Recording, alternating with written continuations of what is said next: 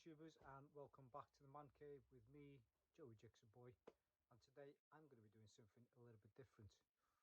So whereas all my previous videos have sort of related to my bikes and things related to bikes, I'm going to do something a little bit different, and I'm going to start doing some videos about my other hobby, my other passion, which is my VW Transporter T5.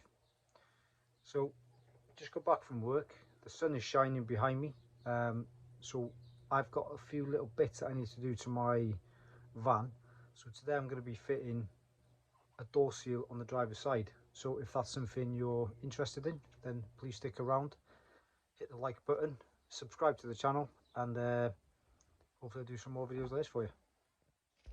So here's the new door seal. I got this, well, I got it off eBay actually. Even though I got off eBay, it did come from a genuine sort of company that's caters for VW camper vans, that kind of thing, and they're called Kiravans, I think that's how you pronounce it. So it's come well packaged. It's not a genuine one. This cost me £35 delivered, I think it was. Come well packaged in a box. In that box there was also some leaflets with some discount codes, so it was 10% off your next order. So if you buy anything from Kiravans, that's something to bear in mind. So you can go direct to their website and order stuff off them direct, but I just find it's easier to order off eBay because my eBay account is linked to my PayPal account. So as soon as I click buy now, it is more or less done and dusted, rather than going direct to their website and having to put your bank details in. So that's just maybe the lazy part of me coming out. But yeah, this is the door seal, so let's go and get it fitted to the van. So here it is, inside of my van. New steering wheel that I fitted the other day, which some of you may have seen it in one of my other videos. So in regards to the door seal, bear in mind this van is my pride and joy. This is what's wrong with it. Now, I've had this van about 5 years, and this has been on my to-do list for a long time. I did glue it up with some super glue, which was a bit naff really. It did me a few months, but like I said, it's one of them things that's been on my to-do list for a long time, and just lately the van is starting to look a bit tired, so I've just started spending a little bit more money on it just to try and make it look the expensive van that it is. So yeah, let's crack on.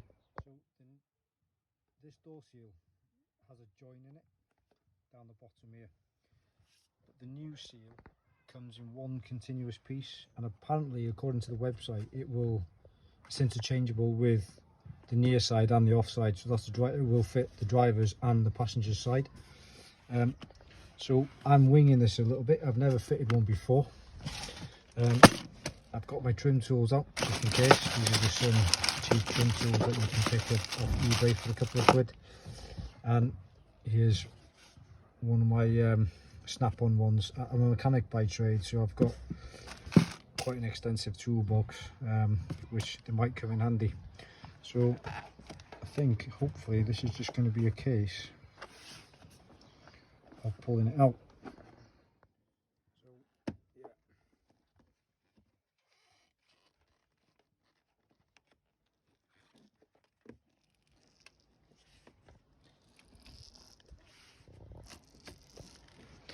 I suppose what you should do really is take the trim off this B pillar here.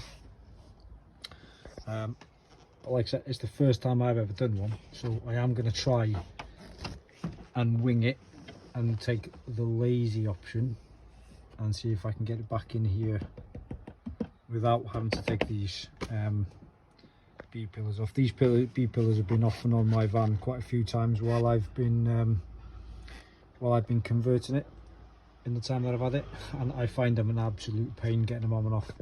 So if I can do this job without having to take them off, I will be more than happy. So far so good. it's come out there. I don't think putting it back on is going to be as easy as taking it off, but just where it has been leaking, I've got a bit of surface rust, so it doesn't look too serious. Okay, so before I go any further, what I'm going to do is give that a bit of a scrape, a bit of a clean up. I'm going to put some Cure Rust on there and some primer to stop it getting any worse.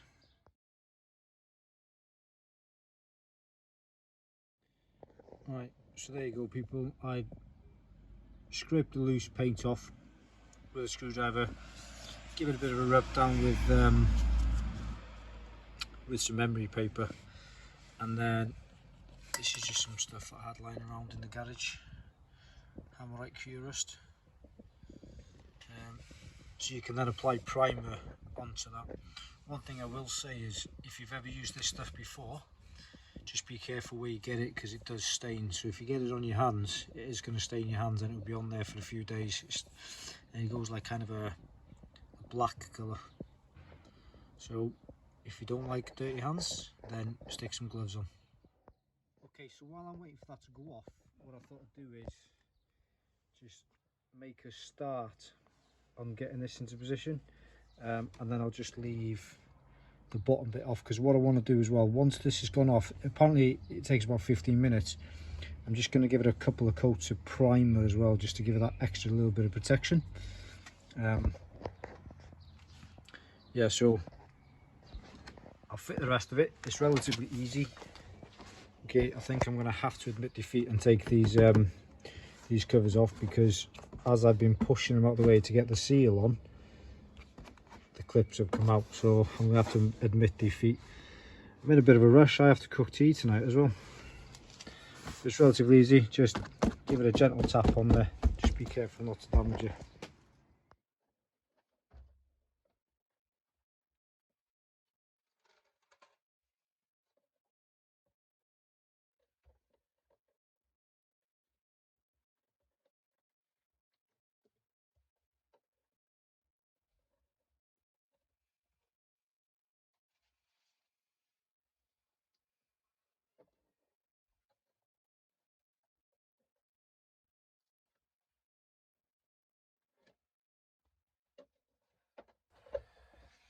Well, this is fiddlier than I thought.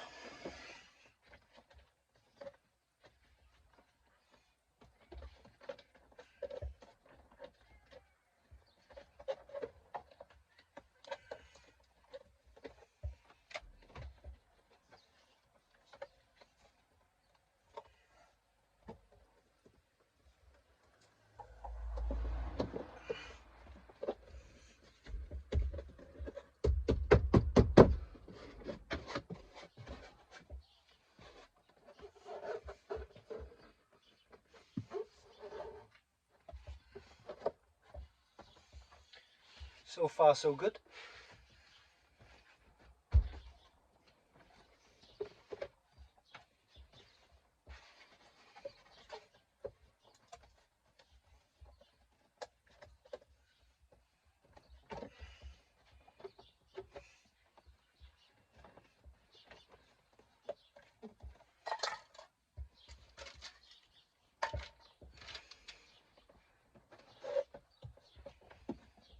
Another top tip as well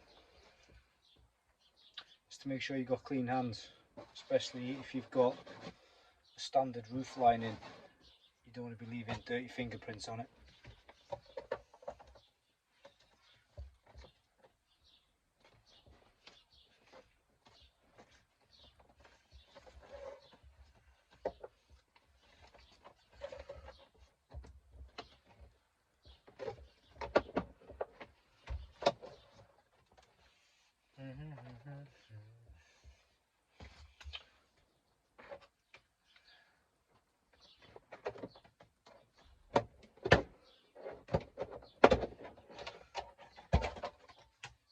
Just removing side panel, it just clips off.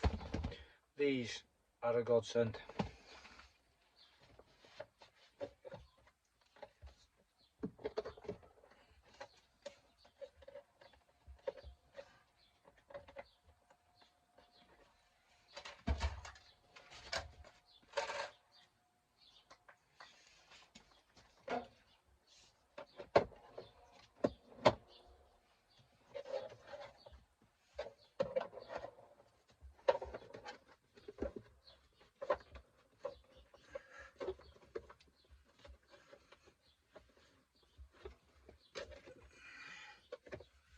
she's going.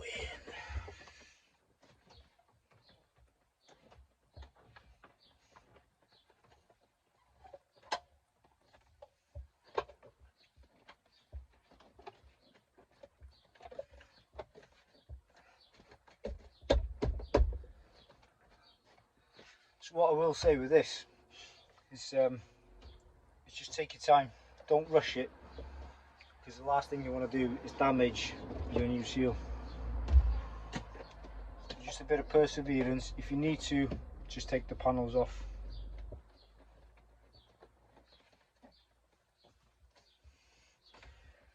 This corner though is proving to be a little bit tricky, so what I'll do is I'll just pause the video and restart it when I finished.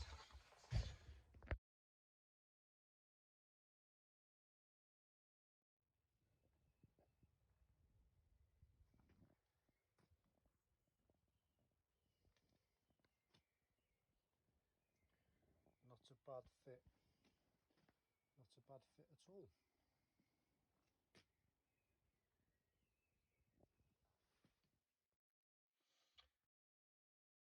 Right then, all done. And to be honest, that was a bigger job than I thought it was going to be for